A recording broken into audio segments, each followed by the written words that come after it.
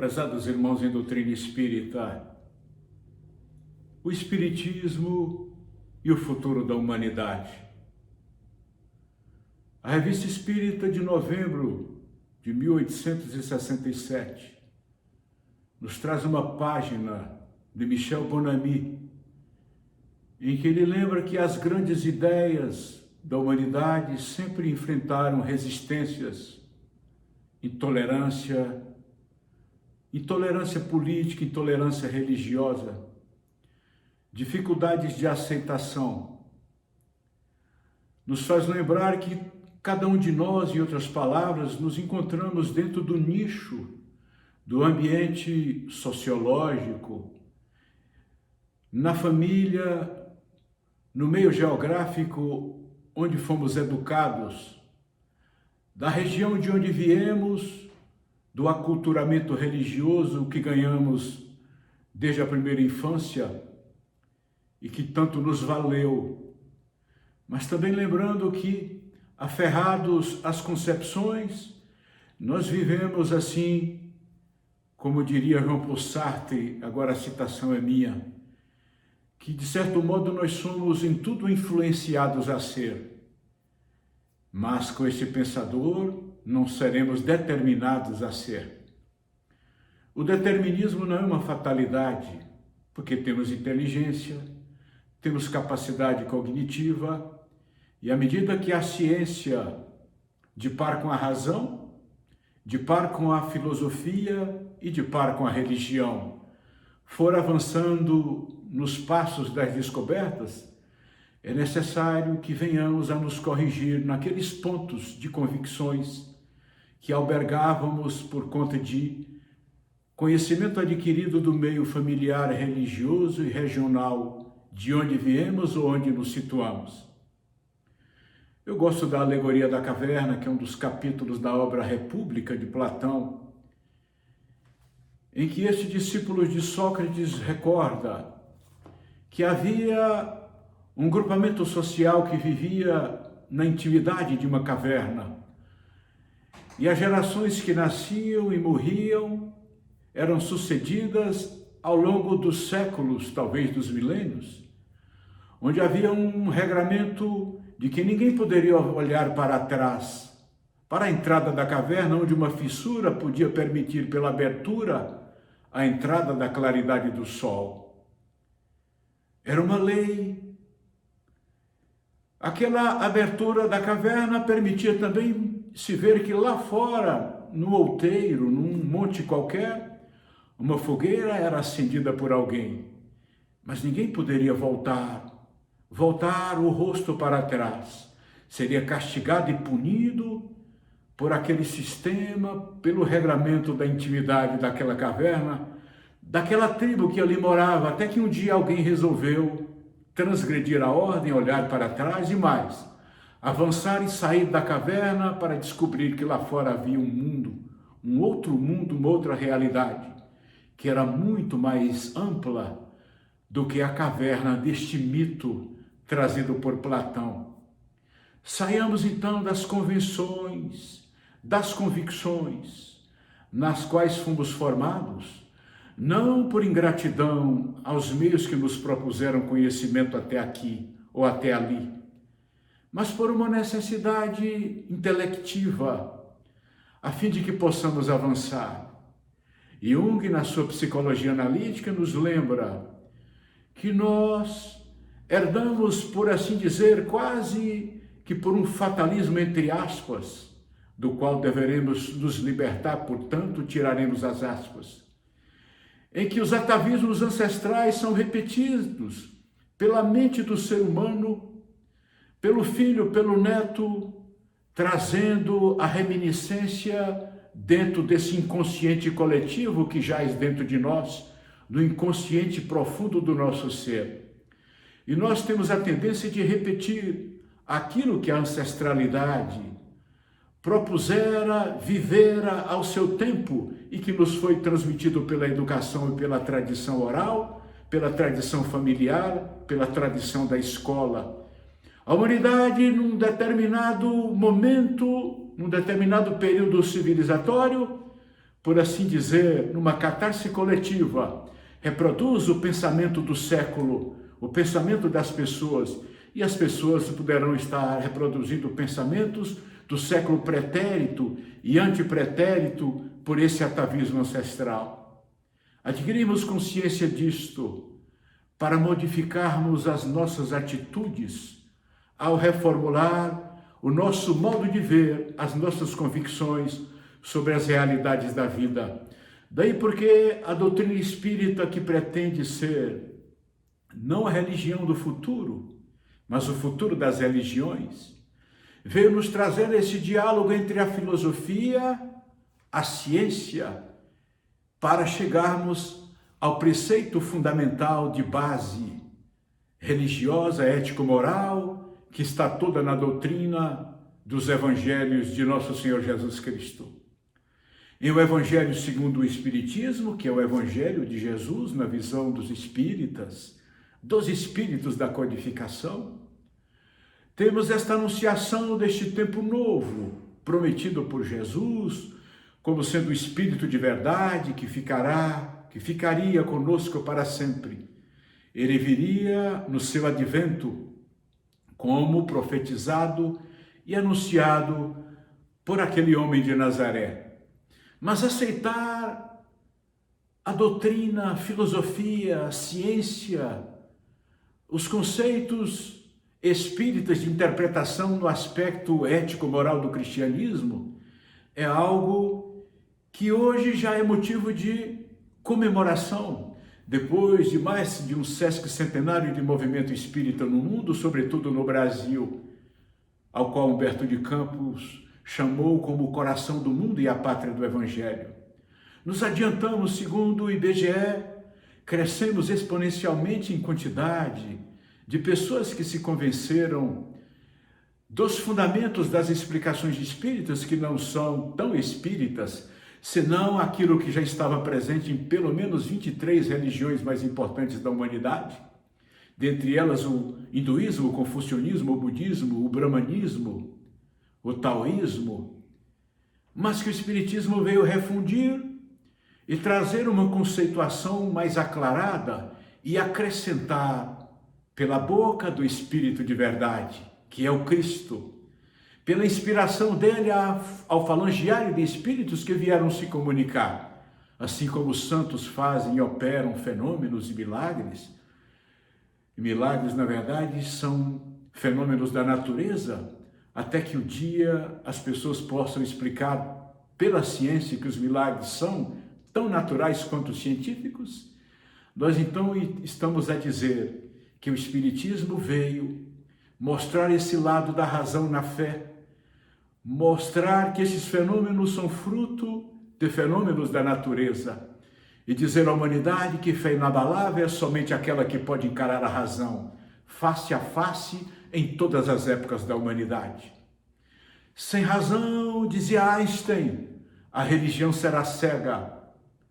Sem a religião, diria o mesmo cientista do século passado, a ciência sem a religião será paralítica.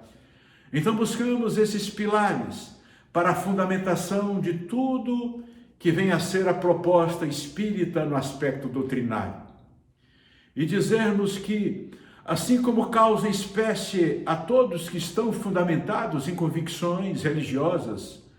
que estão decididamente convencidos de seus pontos de vista, que são tão saudáveis, principalmente os que carregam uma doutrina que tenha como princípio, sem desvalorizar as demais, o Evangelho do Cristo, nós então diremos que é muito natural que a ideia reformulada, refundido com esta promessa do Cristo, como acreditamos nós, de que o Espírito Santo, o Espírito de verdade, viria consolidar e ficar conosco até o final dos tempos, é algo que lentamente vai sendo aceito dentro do campo da fenomenologia. Das constatações científicas, o tomógrafo que prova que o cérebro em transe mediúnico gera frequência de onda mental,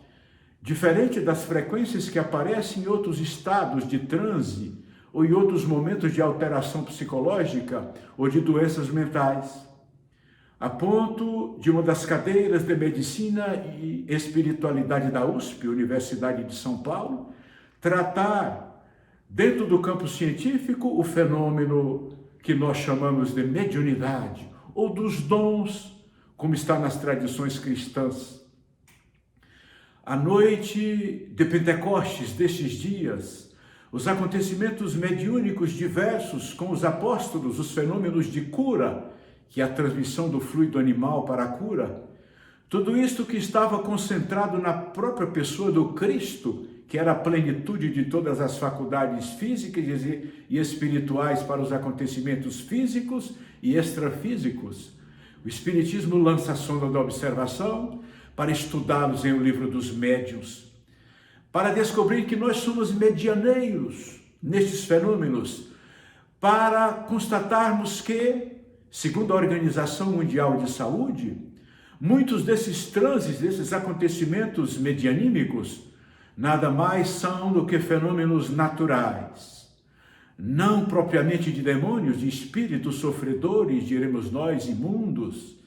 mas também de espíritos bons, de santos que operam fenômenos, de espíritos que não receberam o título de santos, mas que foram tão santos quanto,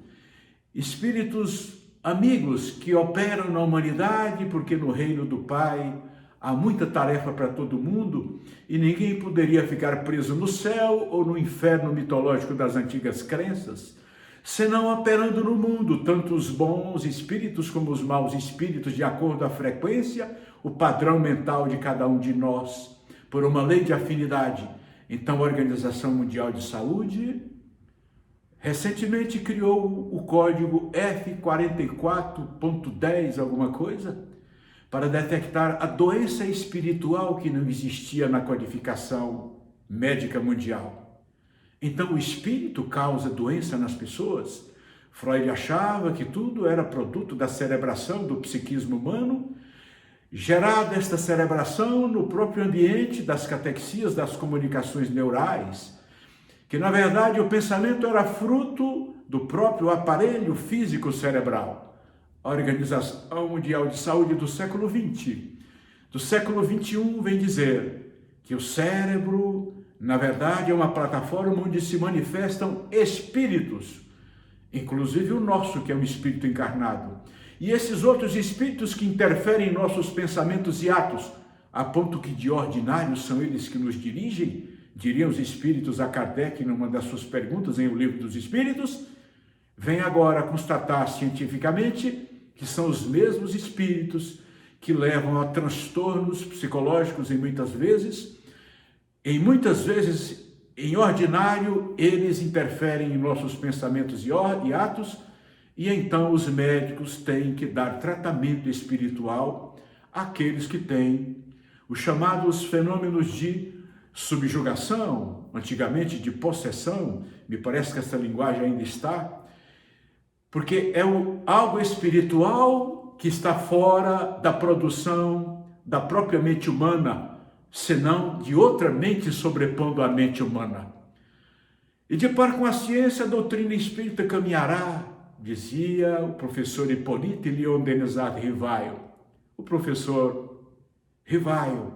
que usa o pseudônimo de Kardec para subscrever os comentários que faz nas obras da codificação do Pentateuco, dos 5 livros, o Evangelho de Jesus segundo o Espiritismo, o Livro dos Médiuns, o Livro dos Espíritos,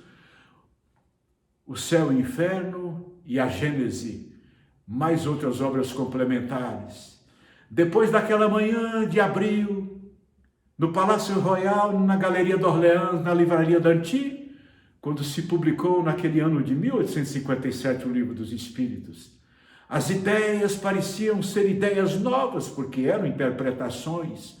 mas a ideia era a mesma, o pensamento do Cristo.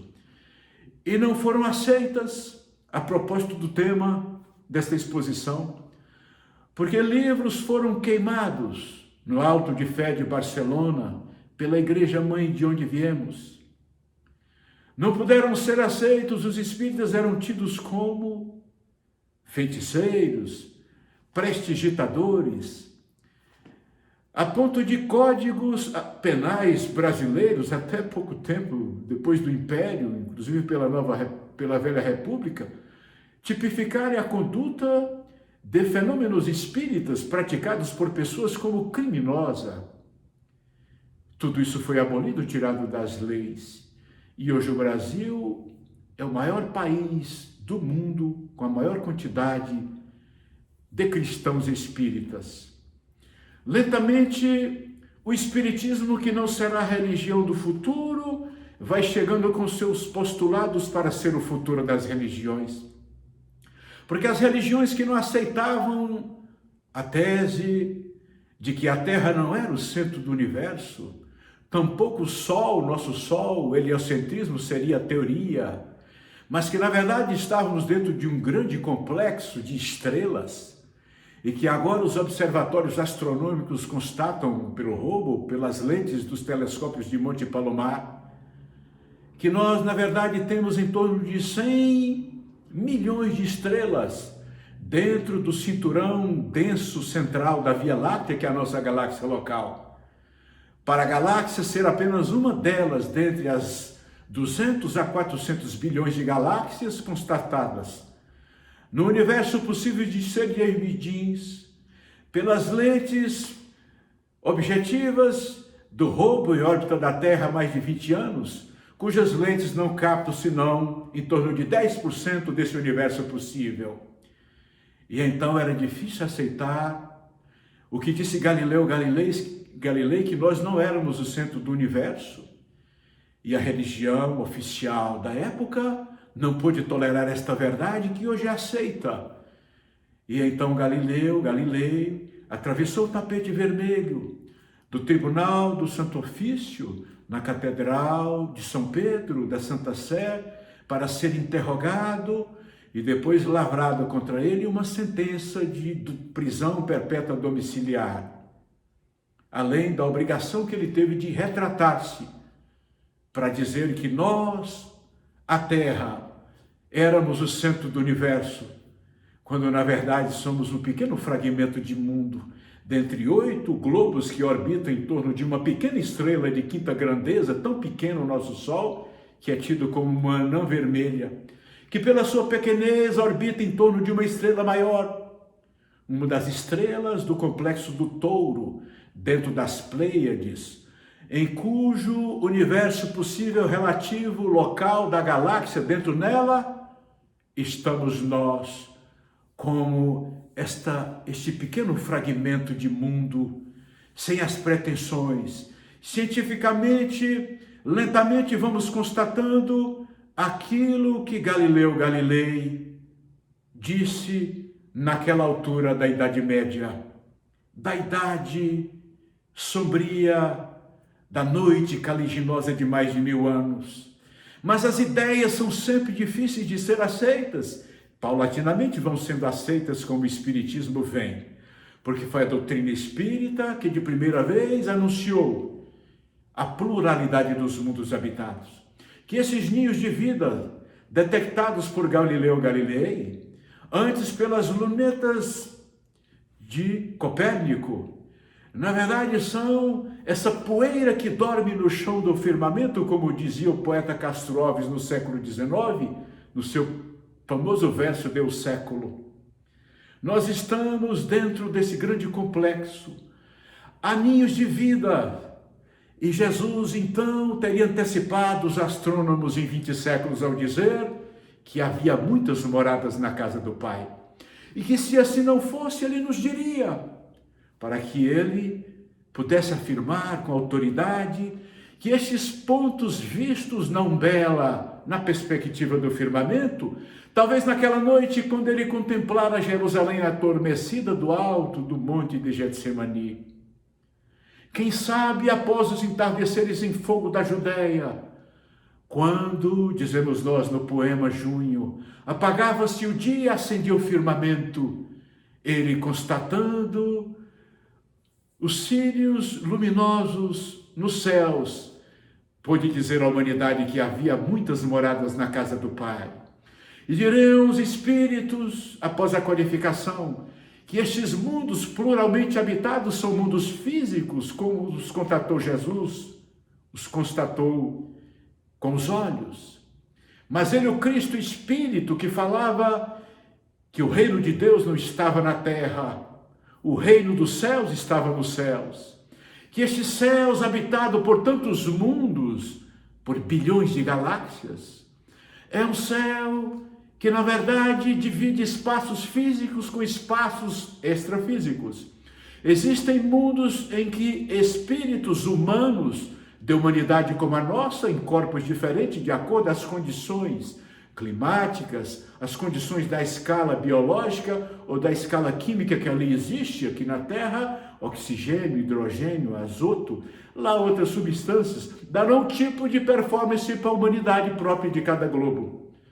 Mas Jesus estava a nos dizer que nesses globos existem suas cápsulas planetárias,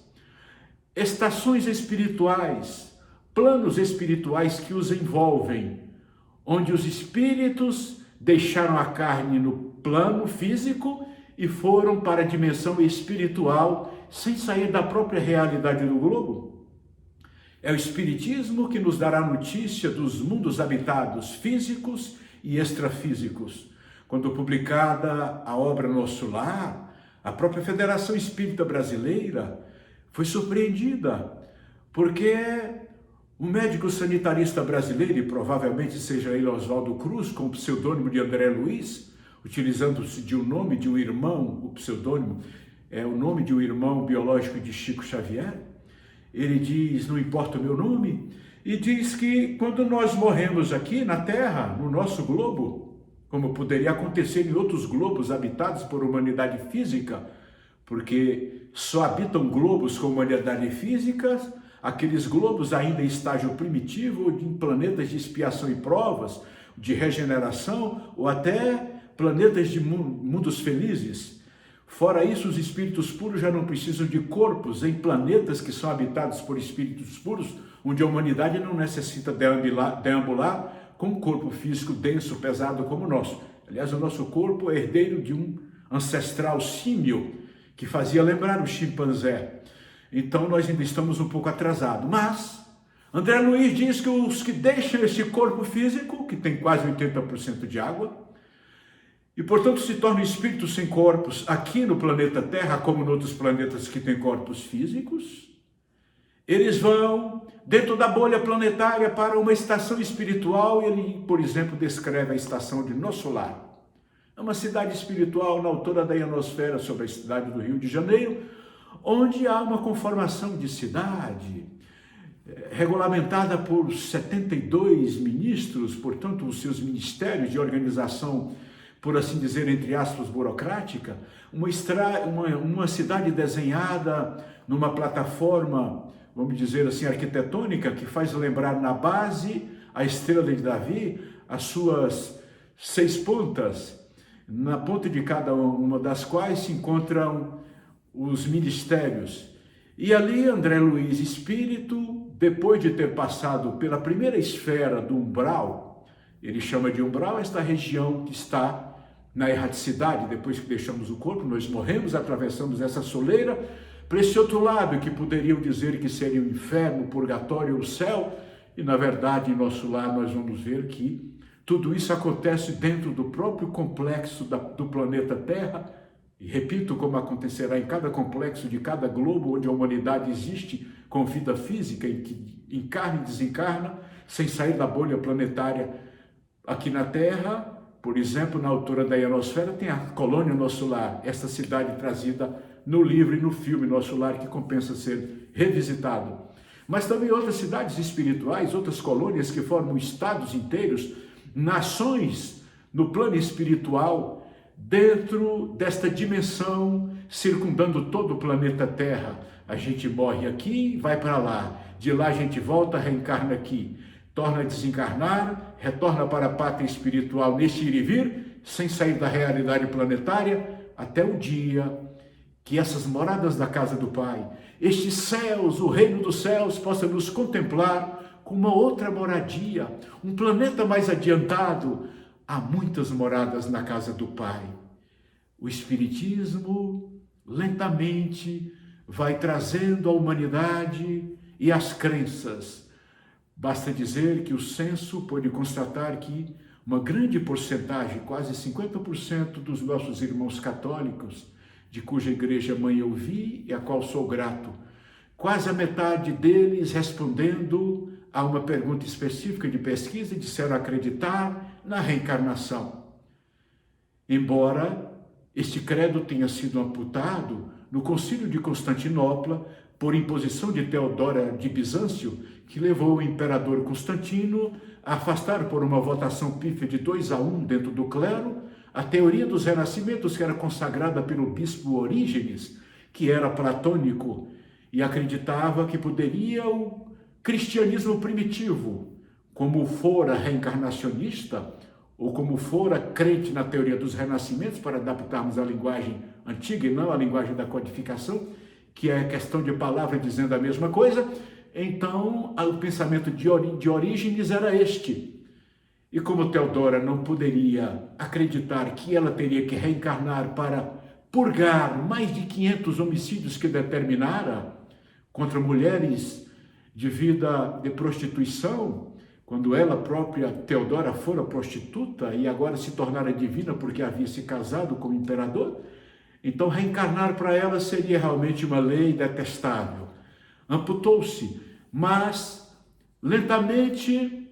as pessoas vão acreditando nisso, que está presente a reencarnação, os renascimentos, em pelo menos 23 religiões mais importantes da humanidade. Podemos lembrar disto? Inclusive no judaísmo, que é a nossa matriz religiosa, onde Jesus fundou o cristianismo, nome que foi dado pelo apóstolo Lucas, que na verdade nem conheceu Jesus, não é? Ele, eu não diria apóstolo, ele escreveu, né? Atos dos Apóstolos. Mas Lucas, por exemplo, Atos dos Apóstolos, era um médico de Paulo, e ele então chamou de cristianismo. E o cristianismo consagrava a teoria dos renascimentos até o Concílio de Constantinopla, em 553, quando foi amputada a crença, que lentamente o credo vem voltando para as pessoas, porque o Espiritismo não vai ser a religião do futuro, mas vai ser o futuro das religiões, lentamente vão acreditando nos seus postulados. A pretensão é que cada escola religiosa continue na sua missão secular, milenar, multimilenar que seja, os judeus, nós, os cristãos, os islamitas, os seguidores do Islã,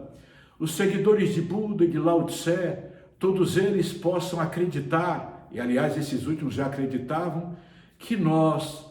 nascemos e renascemos, como dizia Jesus a Nicodemos naquele diálogo à noite, às escondidas. O doutor da lei, membro do Sinédrio, veio perguntar a Jesus como chegar nesse reino dos céus. Um homem já sendo grande, era possível voltar à barriga de uma mulher e nascer de novo? Porque Jesus havia dito a ele que para herdar o reino dos céus era necessário nascer de novo da carne e do espírito. E nesta exposição, então,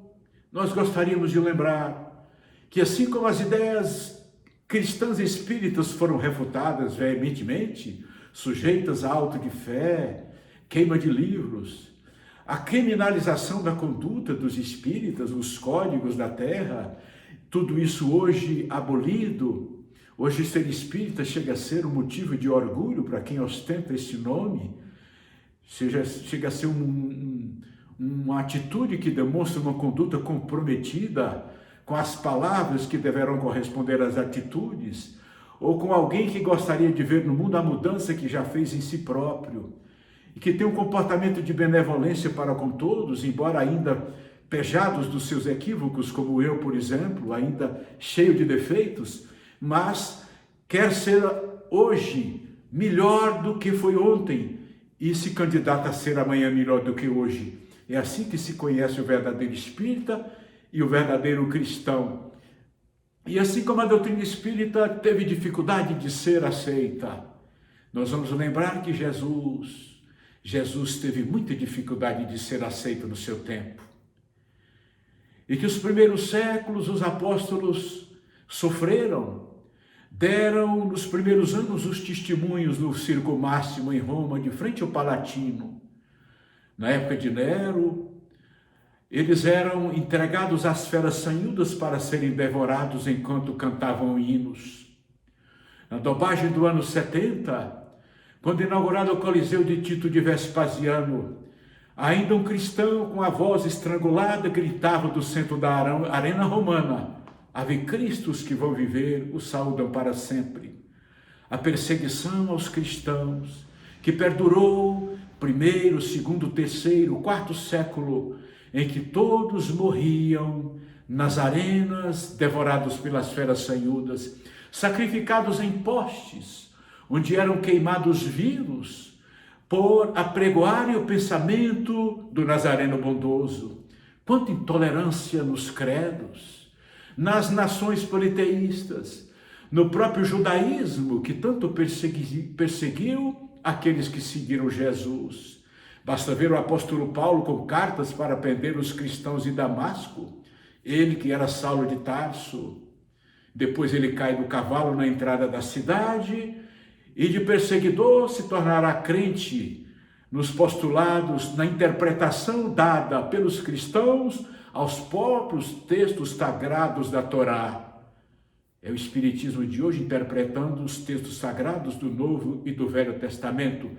Eram os seguidores de Jesus interpretando os textos do Velho Testamento, diferentemente na interpretação que eram dados pelos judeus. Os cristãos apregoavam, interpretando os textos sagrados, como o amor que se deveria ter ao próximo, como deveria amar a si mesmo, quando Israel pregava a guerra contra os infiéis. Os cristãos diziam amar o próprio inimigo. Era difícil suportar a doutrina desse Jesus, que fora mandado após aquela noite da sua paixão, quando ele contemplava Jerusalém adormecida. Ele, olhando para as estrelas, onde havia muitas moradas na casa do Pai, aguardou que a madrugada fosse lentamente devorada pelo amanhecer. Quando os soldados chegam, ele está preso. E às 9 horas da manhã da sexta-feira, interrogado no pretório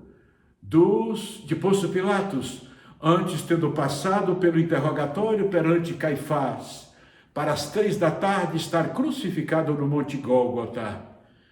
em nome de uma interpretação de textos religiosos. E basta lembrarmos que, como dizia Gandhi, apedrejar profetas e mais tarde erguer templos em sua memória tem sido a prática da humanidade durante eras. Hoje adoramos o Cristo, mas o Cristo encarnado, nós o crucificamos. E talvez o crucificaríamos de outro modo se ele aparecesse aqui hoje. Porque as religiões disputam autoridade para interpretar os textos do Evangelho, do Novo Testamento. Ainda hoje, os judeus não acreditam que Jesus tenha sido enviado, o modelinho da humanidade, para nós, o governador planetário, o co-criador do planeta, o Deus planetário, se quiserem dizê-lo, mas planetário, não o Deus do sistema gravitacional, do universo onde está o reino dos céus, que ele dizia que reservaria para nós. E hoje não se encontra um nicho específico onde estão os céus, depois desse universo de bilhões de galáxias. O próprio Papa João Paulo II havia dito que são territórios céu e inferno, territórios da mente. O reino de Deus está dentro de nós, onde está escrita a lei de Deus na consciência, responderam os espíritos a Kardec. Lentamente a religião vai aceitando os postulados espíritas como esta atitude de sua santidade, porque o espiritismo, repito, será o refrão da exposição, não será a religião do futuro, será o futuro das religiões que continuarão nos seus templos, nos seus segmentos, cada qual desempenhando nas suas escolas religiosas a sua missão, que há de ser milenar, mas levando as constatações filosóficas científicas, as descobertas da ciência de par com o movimento espírita que há de ser secularizado. E nós ficamos pensando, então, o espiritismo e o futuro da humanidade. O que aconteceu a Sócrates, que é um verdadeiro precursor do cristianismo e um verdadeiro antecedente do espiritismo, porque foi Sócrates na praça pública em Atenas, na Ágora, diante de um tribunal dos 501, um júri popular. Ele faz a sustentação da verdade de que nós viemos do campo das ideias. Nós estamos aqui, não somos daqui, porque o espírito está encarcerado no corpo, que é o cárcere da alma. E que há muita sabedoria, dizia ele na sua maiêutica, em pensarmos que muitas das verdades que nós sedimentamos como convicção plena, e nós iniciamos a exposição lembrando do atavismo ancestral, das crenças que trouxemos, ou do psiquismo que é irmanado com o psiquismo daqueles que nos antecederam em vidas, ou na própria vida presente, como os nossos pais e avós. E dizia ele, Sócrates, que estes pensamentos que trazemos deverão ser sujeitos ao crivo do debate, do raciocínio, para colocá-los em xeque, porque a maiêutica, que era o chamado parto das ideias, era exatamente ele, Sócrates, defrontar com o interlocutor, perguntá-lo sobre as artes, sobre a ciência,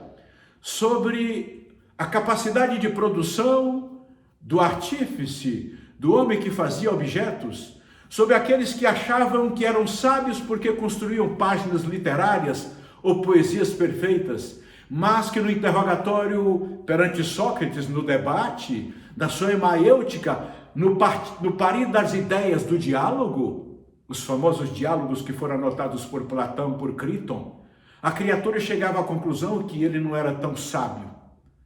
que ele não era tão escritor, não era um bom poeta, não era um bom artesão, não era um bom político. Inclusive, os acusadores de Sócrates, um defende as artes, outro defende a política, e outro defende uma outra tradição, a política, além da política. Ânito, Licão e Mileto são os seus acusadores no tribunal. Ele, Sócrates, não é tolerado exatamente por trazer isto que o Espiritismo pretende trazer. Uma interpretação das convicções, que deve ser aberta na maiêutica para parir a ideia depois do debate, em que a sua convicção poderá não estar tão bem fundamentada, e que tu, que supões ser o dono da verdade, com o teu segmento, com a sua interpretação dos textos evangélicos, poderá não estar tão certo se tivesses debatendo com Sócrates na Ágora, porque ele lhe levaria a convicção de que você não é o melhor político, não é o melhor hermeneuta de textos bíblicos, que a sua religião é sua e merece todo respeito e desempenha a tarefa religiosa de formar a sua escola, mas que ela não é dona da verdade. E é por isso que Sócrates, ao levar à conclusão de que aqueles que supunham saber e que na verdade pouco sabiam,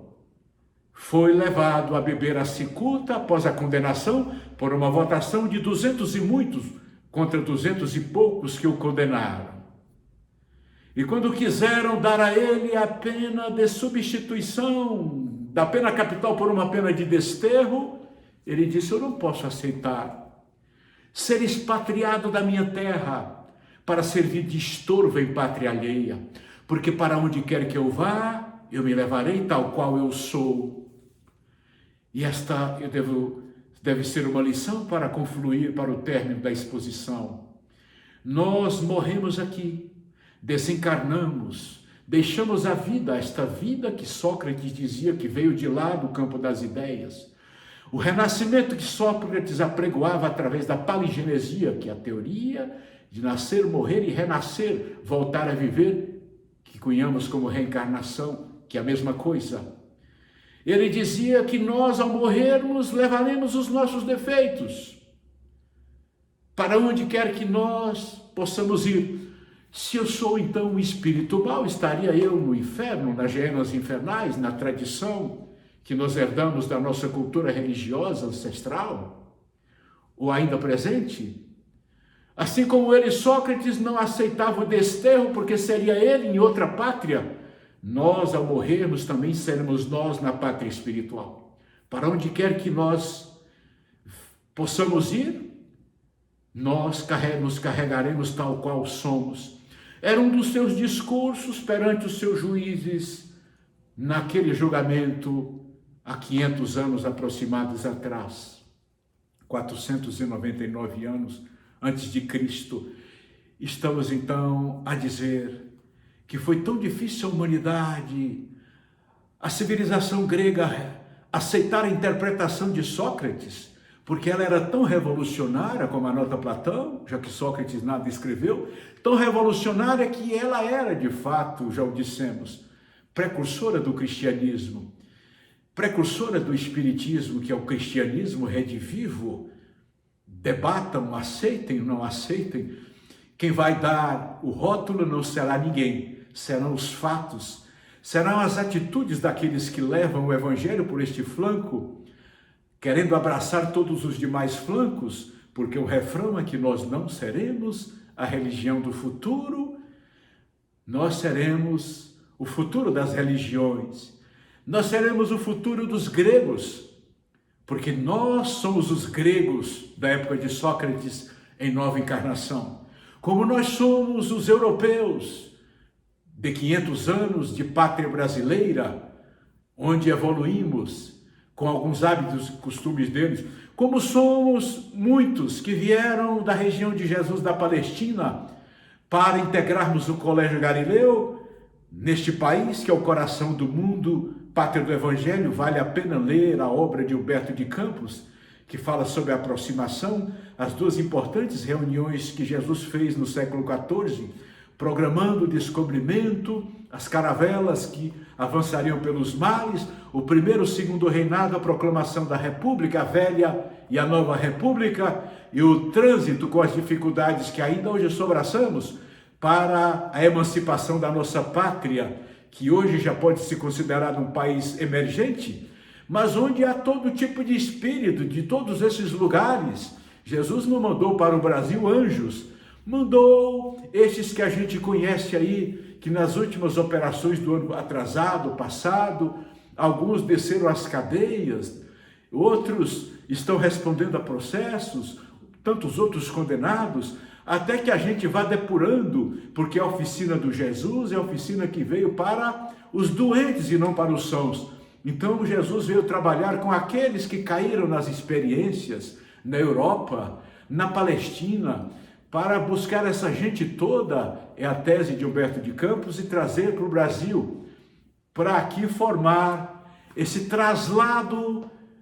de Tiberíades, e traslado da Palestina, do lugar especialmente da região da Samaria, onde esteve Jesus, em torno do Mar da Galileia, para que aqui seja esse novo reduto. Faz lembrar a Baía de Guanabara, quando do descobrimento, parece aquilo ali, aquele local do mar, da Bahia, um pouco o alargamento do Mar da Galileia, que tem uma extensão de 14 quilômetros por quase 10 de largura, uma extensão que faz lembrar a antiga Baía da Guanabara. O Brasil, nesta poemática de Humberto de Campos, o Espiritismo e o futuro da humanidade. De par com a razão, diz o codificador, andaremos. Sempre que a ciência constatar algo, nós estaremos com a ciência. Aquilo que a ciência ainda não pôde constatar, nós revelaremos até a medida em que a inteligência humana possa cogitar, interpretar e debater, como a pluralidade dos mundos habitados, que lentamente vai dando passos para a comprovação. No campo físico, um sistema extra-sistema solar, portanto, um outro sistema, descobriu um planeta em cuja superfície demonstra-se haver substância líquida. Poderá ser água, metano, outra substância. Dentro da Via Láctea nós temos 17 milhões de globos em condições de esfera e órbita em torno de centros maiores que fazem lembrar a constituição do planeta Terra. Embora a água, até o momento, aqui dentro do nosso sistema, só pode ser constatado nas crateras da Lua, e me parece que agora nas profundezas do solo de Marte.